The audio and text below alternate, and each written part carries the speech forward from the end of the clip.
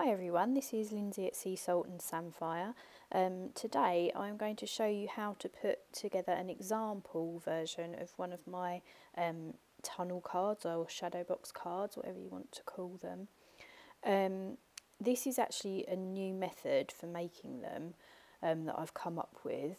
The old method's okay, and if you've bought one of my tunnel cards before, you'll know that you sort of make a concertina out of paper either side and then slot the layers in, but it can get a bit tricky and it's a bit fiddly. So I've come up with this slightly different way. The other bonus of this way is you can actually fold the card almost flat when you've finished, so that it's easier to post and it will fit in a normal C6 envelope. Sorry, I'm not sure what the American equivalent is, but I'm sure you'll have a similar size to that. So I've cut all my pieces out already on my Cricut Joy. So this is a card that you can actually cut out on the Cricut Joy. I am trying to work on an envelope that you can make on the Cricut Joy that fits this, but I'm not sure whether I'm going to be able to do it because I think it's just going to end up needing to be a little slightly bigger than the size of the Cricut Joy mat. So I'm still working on that at the moment. And also there is a larger version of this card. There'll be like an extra SVG if you have a bigger cutting machine and you want to make it slightly bigger.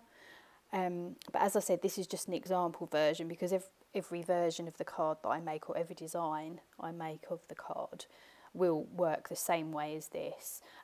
If you look at the cutouts that I've got on the mat, you'll see that in the bottom right hand corner there are actually little numbers cut out. So all of the new versions of the card are going to have those, so it'll be easier to refer to and know which layer you're using at what time. The two blue layers to the left are actually sort of the cover of the card, so they're the front and back of the card, which you'll do at the end after you stuck all the layers together. So let's get started. So first of all, what we need to do is bend along all of the perforated lines. So I've actually built in the file the score lines already, so you don't actually need to change the settings on your whatever machine you've got to create score lines. These are sort of dotted score lines. They're not completely obvious, like they're really tiny ones, so don't worry that they're gonna interfere with the design of the card. I just find it easier doing it this way than trying to explain in instructions on how to add score lines in all the different machines. So this is going to be the cover, the front cover. To be honest, it doesn't matter because the back cover and the front cover are exactly the same. So, but that one's going to be the front cover, I think. And then I'm just folding from front to back each of the flaps on the side of each layer. You'll know which way is the front because obviously the little cutout number will be the right way round.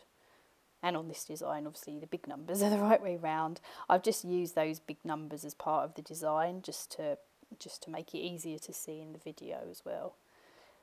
I think I might speed up this bit because it's going to take a little while.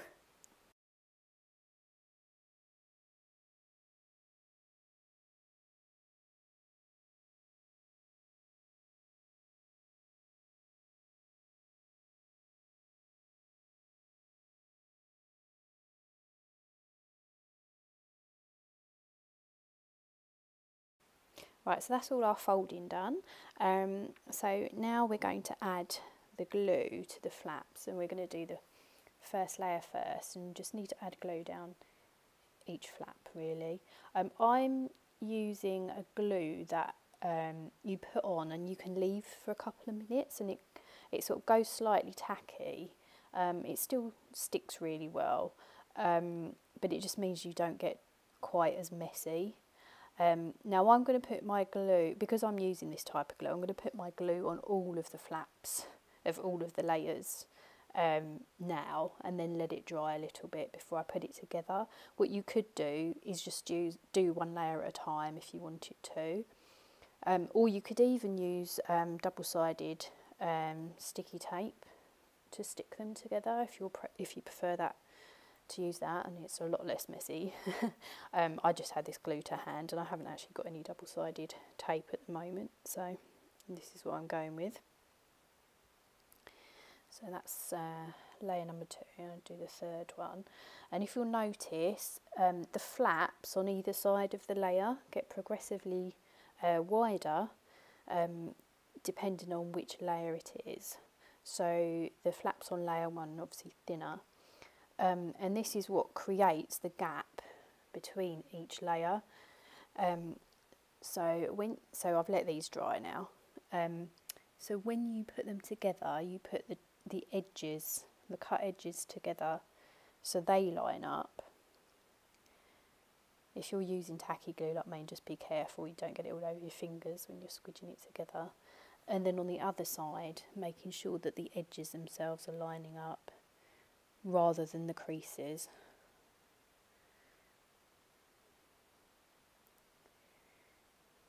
Now while you're putting this together, it will sort of bend and out of shape and stuff, but don't worry about that, we can sort that out at the end.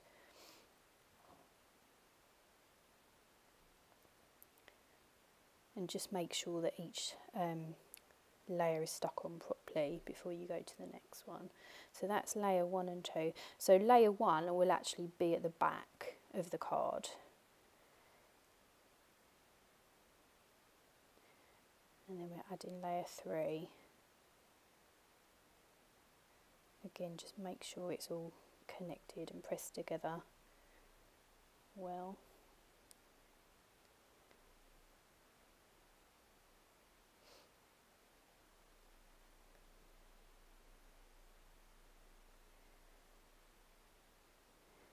Right. Okay, so layer 4, because that's the last layer, I obviously haven't added glue to the flaps. I'm just going to stick layer 4 on top of layer 3 flaps. Oops.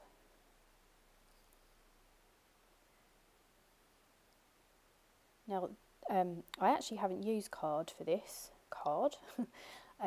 I've used thick paper, the same grade of paper I usually use, mainly because I wanted to do it all in different colours so you could see easier what I was doing.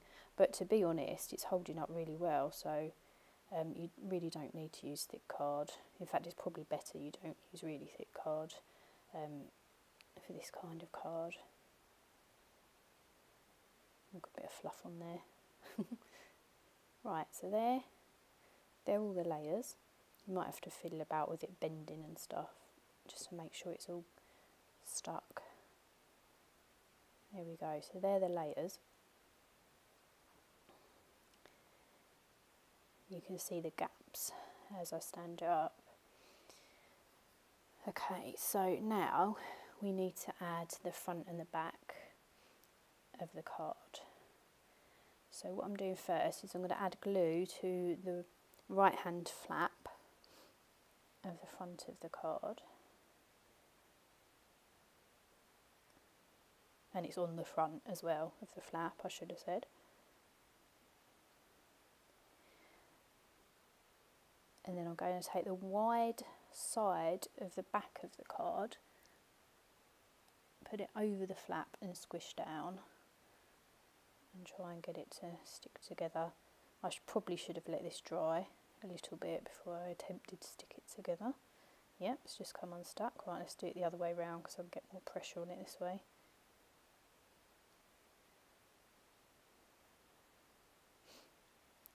And you'll probably have to let this dry for a little while before you carry on, because obviously you want this to be stuck well as it's the outside of the card.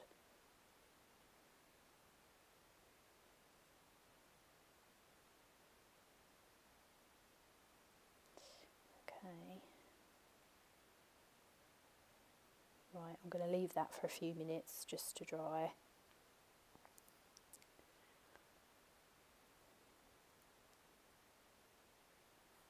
Okay, right. So just bending it to make sure that where I joined the cards together it still bends okay. There we go. Right, so that's how it's going to go together, but we obviously need to insert the layers of the card inside. So we're going to put glue on this inside piece here.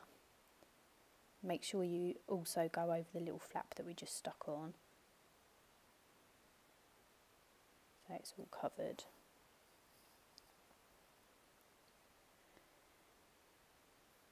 Okay, then we need to take our layers that are stuck together and position it on top. Now you might have to spend a little while fiddling about making sure you get this accurate, just so the cover isn't wonky on the card.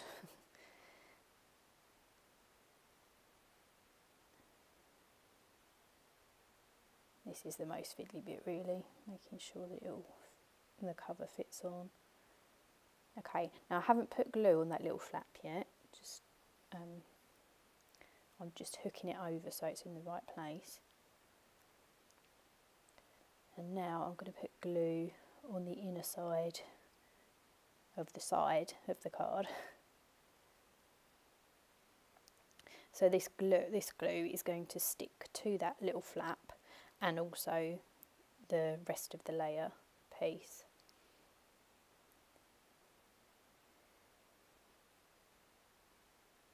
So you just need to make sure all the seams and edges are lining up and they're on straight.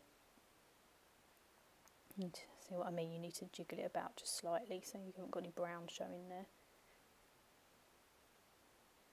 And then press down as well as you can to get it to stick.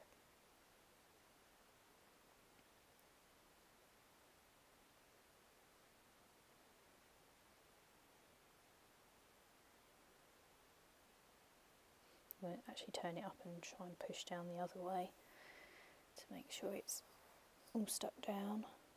You'll probably need to leave this a while to dry before you sort of bend it around a bit. Okay, so, and then that's your tunnel card. And it's a lot easier than using the accordion style ones that I originally designed.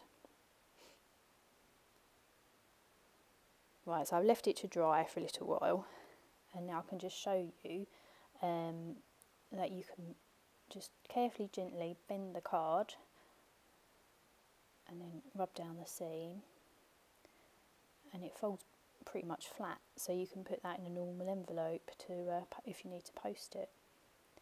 You can also bend it the other way just to make sure it's workable, but there you go.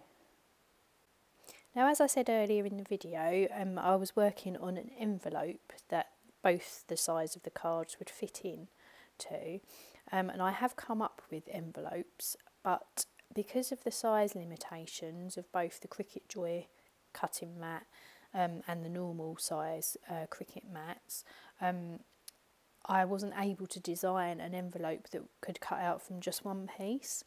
So the Cricut Joy envelope is actually 3 pieces, and the standard size card that you can cut on a normal size cutting machine is actually 2 pieces. So I'm going to just show you now firstly how to put the Cricut Joy envelope together.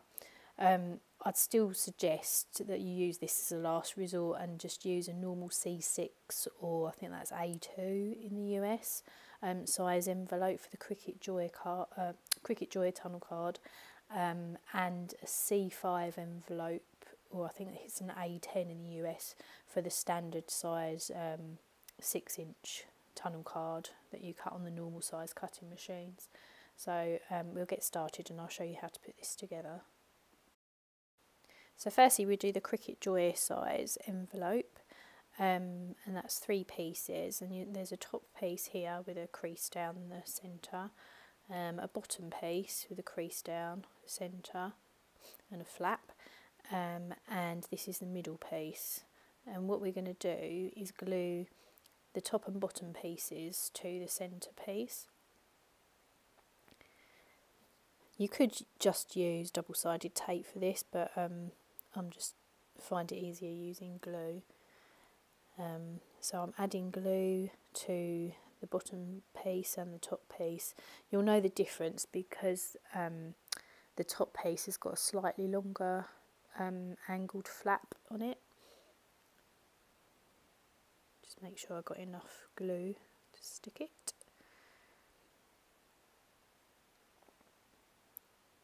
Okay.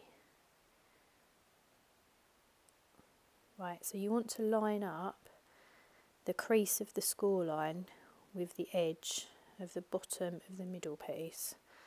Hope that makes sense. Incidentally, all the score lines are already impregnated into the file when you open them in your design software, just like the tunnel card was, so you won't need to add score lines yourself or anything. They should already be there.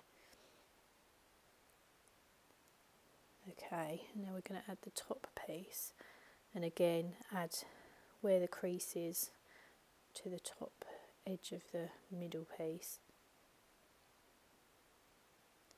The other benefit of using glue like this is if you don't get it quite lined up right, then you can kind of remove it and realign it, whereas if you were just using the tape, you'd probably rip the paper.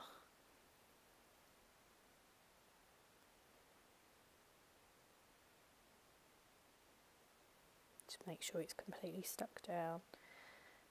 So this flap, I'm just going to make sure it's okay, that's stuck in the right place. Okay, so the I've done that wrong. Right, the flap is actually going to go over the top of the two smaller side flaps, and we're going to glue it sort of here and here underneath.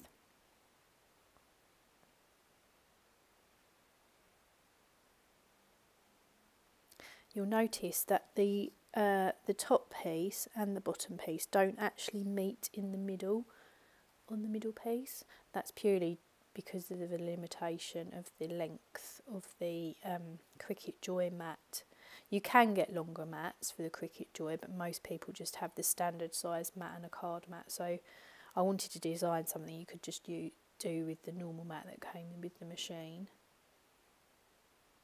Okay, so once that's dry, I probably should leave it longer to dry, but for the sake of brevity, I'm not going to. Right, so I'm going to use tape now, double-sided tape. This is so that I could make my envelope in advance for whatever reason, and then leave it. You could, if you were sending it straight away, you could just put glue on the flap instead. But I think it makes more sense to use double-sided sticky tape. That's a bit long, just take a bit off there. There we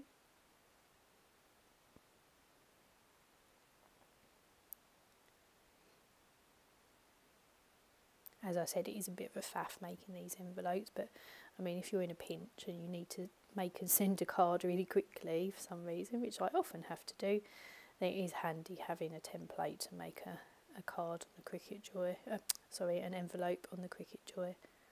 Okay, so now I'm folding my tunnel card flat, and we should be able to pop it in the envelope. Now if you had an address to write, it's probably easier to write the address on the back of the envelope first before you put the card in, but this is obviously just an example to show you. Oh, wiggle. Might have to wiggle it a bit to get it in. Right, there we go. And then you just got to take the just got to take the backing off the pieces of tape. I hate this stuff, this is why I use glue most of the time. There we go, finished. Right, then we just got to stick the flap over. That's nice and secure, ready to go in the post. Well, it would be if it had an address on it anyway. Okay, so now I'm going to show you the larger 6" by 6" tunnel card envelope, which you can cut on just a normal size Cricut or Silhouette or whatever machine you've got. So as you can see, it's 2 pieces, this one. I really did try and design one that was just, you could just cut out 1 piece, but because of the limitations of the Cricut maker mat, like the 30 by 30 mat, it will actually only cut up to 29 centimetres, which is just under 12 inches, and it was just a fraction too small. So in the end I gave up and designed it in 2 pieces. So with the larger envelope, you can see that what was the bottom flap piece for the smaller envelope is actually incorporated into the centrepiece on this one. So you've just got 3 score lines, and then you've also got a similar top flap piece. Now the top flap piece, the whole of the bottom rectangle will be glued to the rectangle of the back piece. I'm sure I'm making this sound more complicated than it is. So we're going to add glue to the back of the top flap piece for now. And I'm just going to speed this up because it's going to take ages. Again, you could use tape if you wanted to. And also leave it to dry for a little while if you've got the special sort of tacky glue that I use. I haven't left it to dry, as you can see, so it might get a bit bumpy. I've also had to use just normal copy paper for this because I didn't have any 12 by 12 paper, so I just had to use a piece of cut down A3 paper. So you'll want to use thicker paper than copy paper. I'd suggest like at least 100 GSM. Just make sure it's stuck well, and as before, the score lines line up with the edges of the paper. Just make sure the side flaps fold over okay.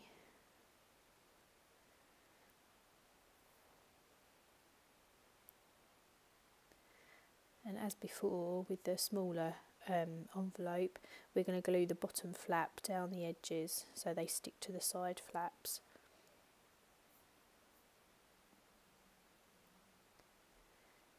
Get my trusty glue pen out again.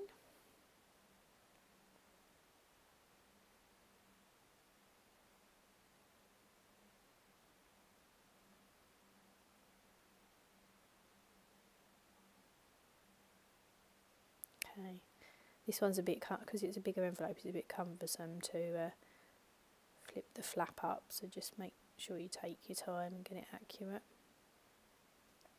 Again, it's best if you leave this bit to dry for a while, but I'm not going to. And then we just need to add our double-sided tape again to the top flap.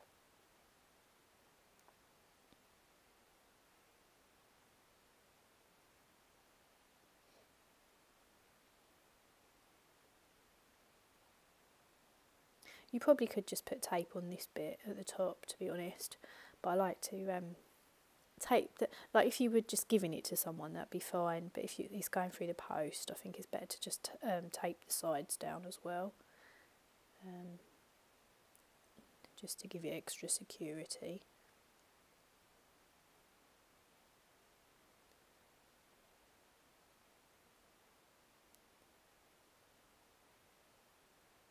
Okay. And now we need to get our tunnel card and fold it flat. This is the 6x6 version, the larger version. It's made in exactly the same way as a small version, that's why I didn't do another bit on the video for that. Okay, now we've got to peel this horrible backing tape off and fold the flap over.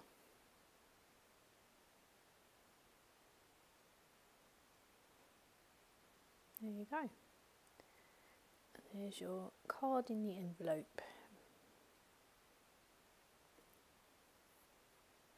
thanks for watching. I hope you found this tutorial useful, and I'll see you in the next one. Goodbye.